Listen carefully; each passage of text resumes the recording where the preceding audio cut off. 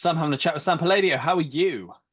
I'm very well, man. Exciting week. It's album Mm, release week. So excited, anxious, all the things you should probably be feeling.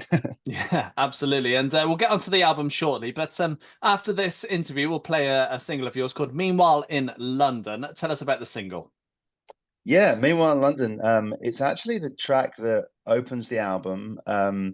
It's a song that I wrote a lot of this record actually in England after having spent 10 years in Nashville, but realizing that there was a bit of a disconnect, and there was like I needed to kind of connect to my British roots a bit more. And I grew up in Cornwall, but I spent many years in London, and so I kind of found these group of songs that felt like like a collaboration between like my British experience and my American experience. And so Meanwhile London came about as one of those sort of sort of hybrids, really, and a little bit about kind of my story in a nutshell, the British guy that had moved to America and sort of fallen in love in California, and was halfway across the world sort of thinking about that partner and what they're doing now. And you know the records got a lot of sort of longing for home and that sort of thing. So yeah, Hmm. Meanwhile London felt like a strong way to start the record.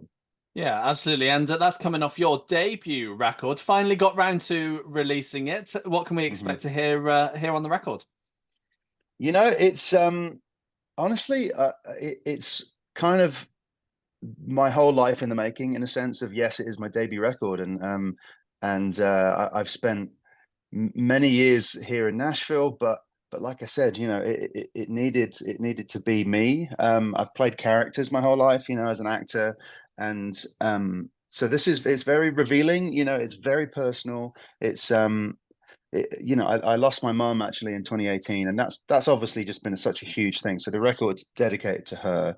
It's called "The Perfect Summer's Day Before We Lost the Light," and that's taken from a track called "Something on My Mind." That's her song on the record, and so it's about me putting my heart on my sleeve for the first time, and writing songs and telling stories about people that I love and people that are important to me. And but also, like, sonically, it's driving, it's big band, it's full. I wanted to, yeah, kind of, in those moments of sadness, still feel like euphoric, and be able to dance through that, and bring some energy. I've got some beautiful collaborators, Chris Shiflett from Foo Fighters and Simon Neil from Biffy Clyro on the record, and a couple of my heroes. So, Mike, that gives you an idea of sonically like where it can lean. It's Americana meets Britpop or something. So, um, somewhere in between. Yeah, yeah, for sure. And you are getting the chance to play these tracks live when you've got some live dates here in the UK. Bet you can't wait for them. Absolutely, man. It's actually my first like headline tour, if I think about it. I've been over so many years with the cast of Nashville, and Mm. we get to do these beautiful like arenas, which is wild still.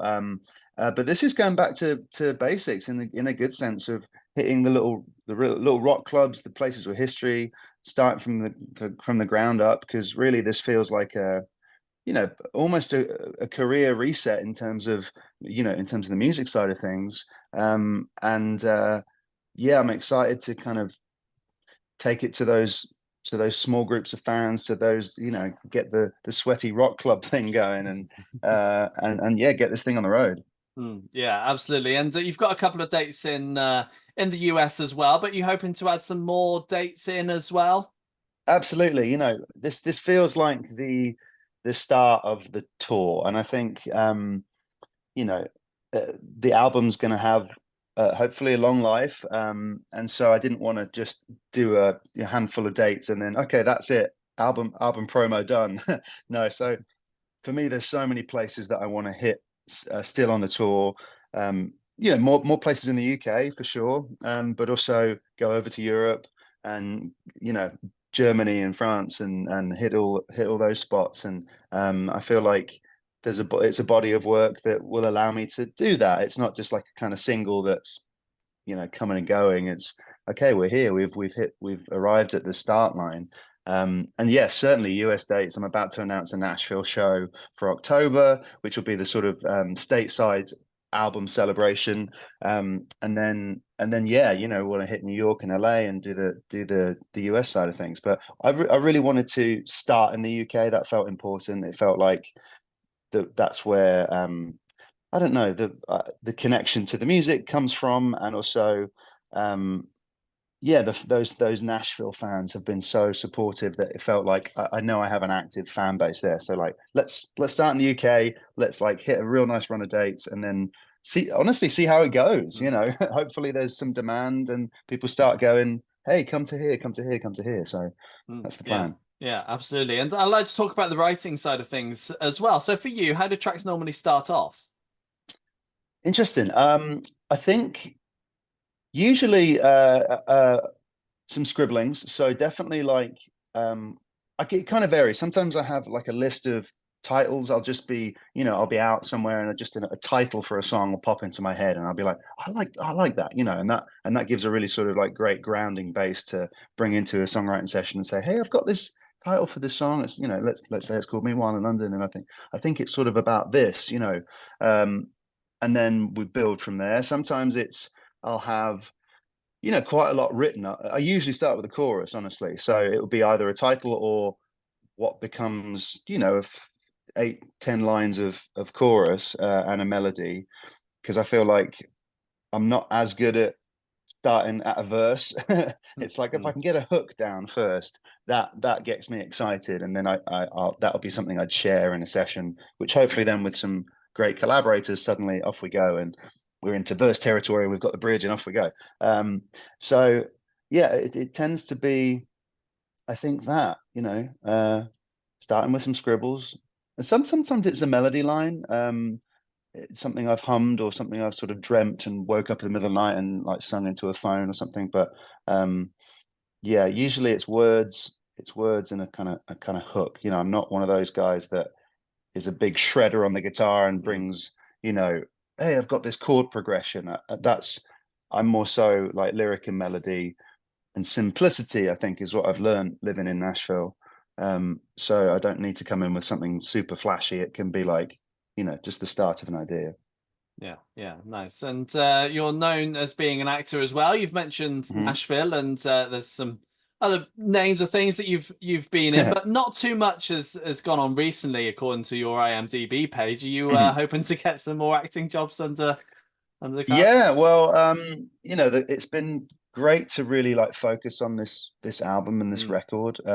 It's been the first time in my career that I've had, a breather from like a TV schedule or filming schedule to actually give it the time it deserves. So honestly, like it's been really rewarding, and I know that yeah, there's not been a big project to attach myself to, but it's meant that yeah, my songwriting's got better, and the relationships I've built here and in Nashville, and yeah, and just being sort of confident in this music chapter, knowing that okay, I've put basically 4 years of work into it. I've been mm, off and I've done acting here and there. I did a musical in London like last summer for a few months, and that was a really great experience to get back on like a theatre stage, mm. and sort of name and lights and all that stuff, and that was great. But yeah, it's been nice to sort of nurture the music. But having said that, I have just booked a big old acting gig. So stay tuned. That will be announced very soon. But yeah, I'm about to go to Europe for about 5 months. So it all comes at once. You know what I mean? It's like Yeah. the record's taken this time to get here. Off we go, and then a little tour, and then okay, right, got to pack my bag. So it's all good stuff. Yeah, absolutely. And the film series that I quite like is The Princess Switch. There's three of Oh those yeah. out there. Is there going to be a fourth? You know, I don't think there's one in the works at the moment, besides this point. But we had such a great time shooting those, and they are, because they're Christmas films. Mm. They are the gift that keeps giving. So each year, it's like I gain more fans. We get more people into. Have you seen the Princess Switch? Okay, yeah, no. So it's really nice because it's not one of those. It came out in 2018 and nobody watches it again. It's like it's got the cult fans that can't wait to switch it on in like October, or I get people saying like, "Oh, I love," because I wrote a couple of songs for those movies, Christmas songs, and so they're on my Spotify. So I mean, they get continually streamed throughout the year, which I'm like, why are people listening to Under the Tree and it's like June 30th?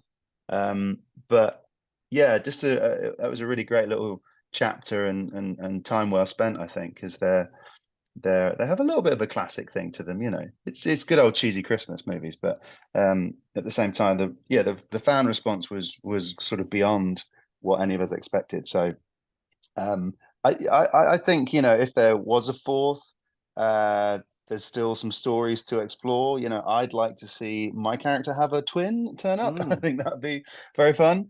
You know, just go completely wild. But yeah, Pitch it. nothing in the works at the moment. Yeah. Pitch it. I'm sure they'll love it. Yeah. Well, Sam, it's been a pleasure having a catch up with you. You too. Thanks, Jim.